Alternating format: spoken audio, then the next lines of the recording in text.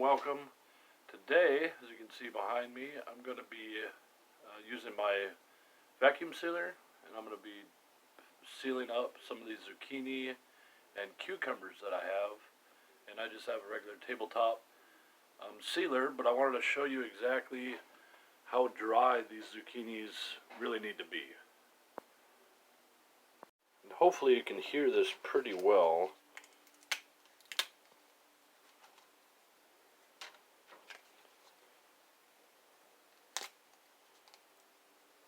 And there's no real feeling of moisture or anything like that. Obviously these are huge. Some of the smaller cucumbers have that same broken, papery chip sound to them. And I don't feel like any moisture in any of these. And I have some of these pre-cut bags that came with my vacuum sealer. It's a Medong. It's pretty,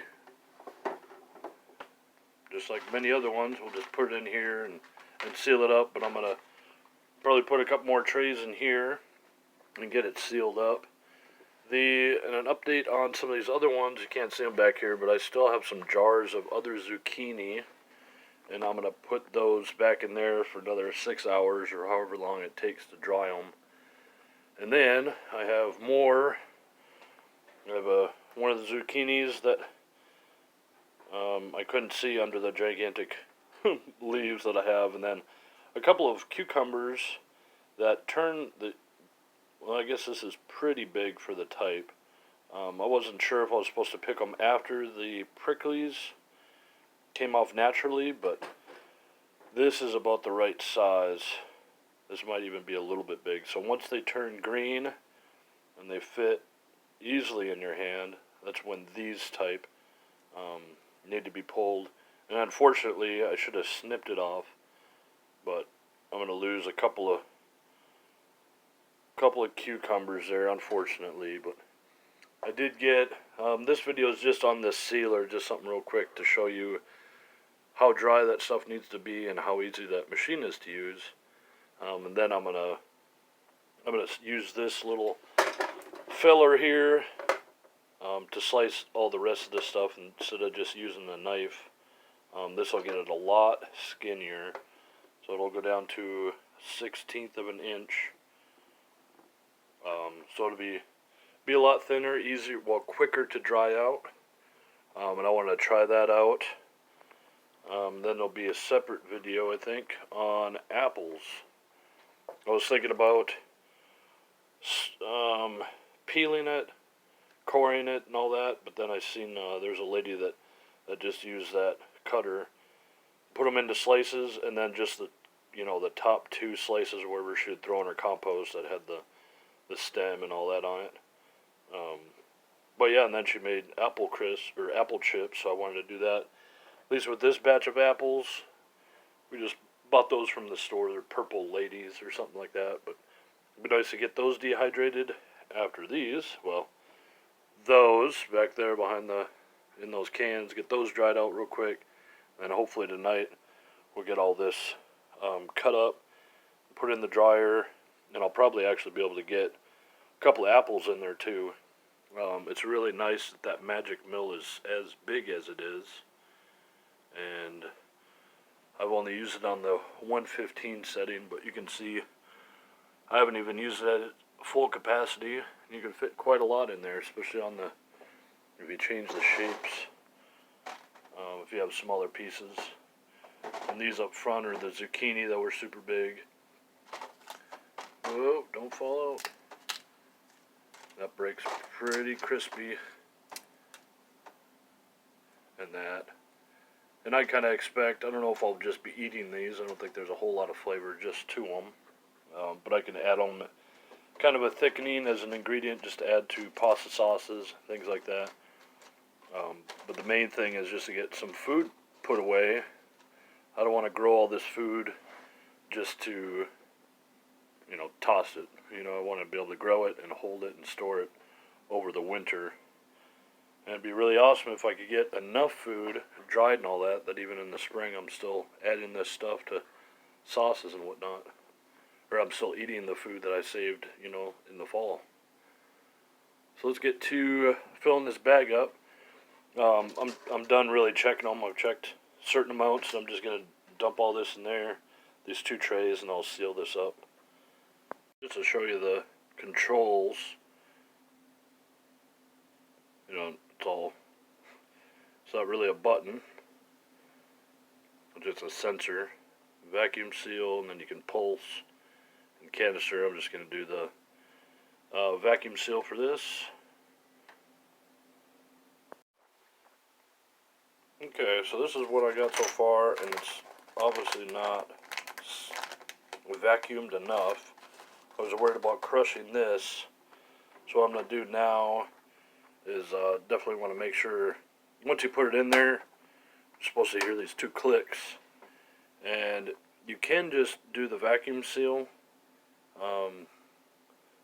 It seems to work a lot better if you just do it by pulse, because that way you can hold it for as long as you want, like that, and then you can just go to seal, and that'll heat up that strip that's in there and actually seal it. So it's, I mean, it's sealed. I just was worried about crushing all these pieces, so I'll just cut into this, and it comes with a little cutter you can put right in here, and it'll cut the whole thing. But I'll just grab another bag, because I was messing up before, so I cut it, took some out, and then I'll just grab another bag and try and get this, get all the air out. So it'll probably be crushed, but like I said, how I'm going to be using this food is by putting it into some sort of soup or pasta sauce, something like that. Alright, so I'm going to give it, this is the heating strip right here, the brownish thing. So I'm going to do it pretty much at the last end. It's going to create a seal. This is the seal where the air actually gets pulled out of right here. So whatever's in that area, that's where it's going to suck the air out. That's why this is the attachment for if you have one for jars. That's why you stick that in there. So I'll be pulling out of that. So this is going to go in there, and I'll do the pulse option. Click down, and it does have the releases on the side. And it's pretty hard to press down, so. Alright, pulse.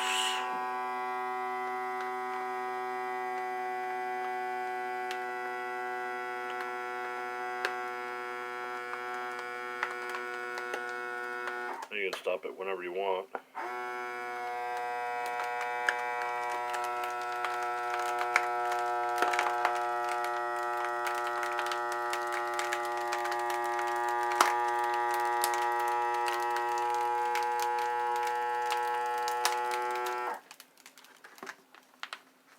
Pretty cool, I think.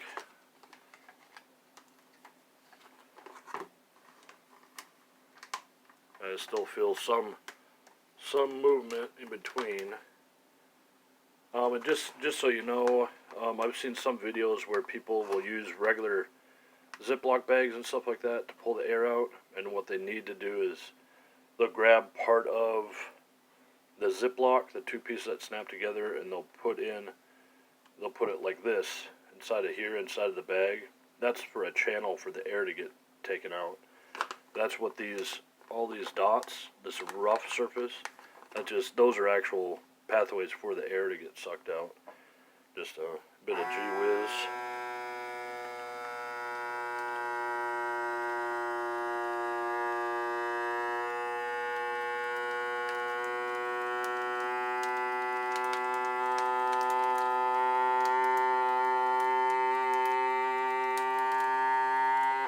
It's struggling now.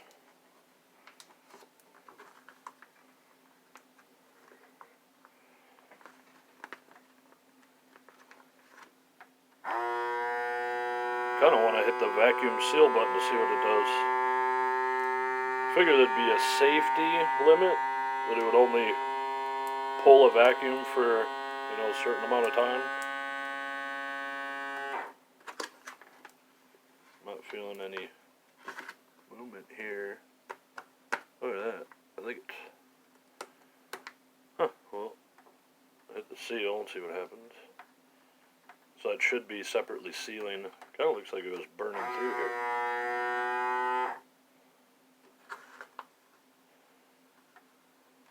Still sealing. And then 2 buttons.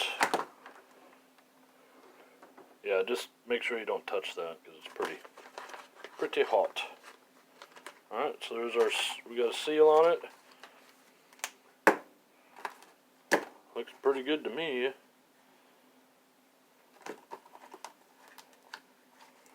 Okay, well, I guess we'll see how that goes. I got a few more batches to do.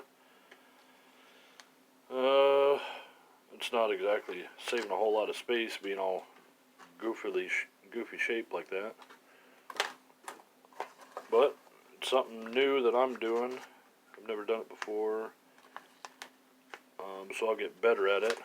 It's almost like we could have stacked more of the pieces, made it equally dense throughout. It would have made a difference. But I'd much rather do it. Dry this type of food in a bag than using the jar. I'd rather use the jars, even though I can take the air out with that attachment. I'd rather put sauces and things like that in here because it's a lot of extra space just sitting around. So there you go. I'll move on and start making some other bags. There were some of these zucchini that were still wet. And I don't know if you saw in here, there's a couple of these. I don't think they're wet, but I don't know. I'm just going to start over drying everything if I feel any type of moisture. Then I just put them back in. It's not that huge of a deal. So like all these are pretty, like I can feel the moisture in that. I don't even need to know if it's, see if it's, yeah, see there's some dryness to it, but it's definitely not as dry as it needs to be. Like right here where my thumb is, it's still moist. Moist-ish, not wet, but moist. Alright, so there's that, this little sealer. It's super quick and easy to use. I would use the pulse option though. I think the next batch I'll probably do pulse all the way and then just hit that vacuum seal and see how much longer it'll actually pull air out. But I'm decently confident that this will last for a while. I'll put this on the shelf and keep moving on. Thanks for watching. I'm going to get some more stuff sliced up and make another video about this little cutting thing and apples and all that. So thank you for watching, and watch the video that pops up right here or there. Alright, thanks. Bye.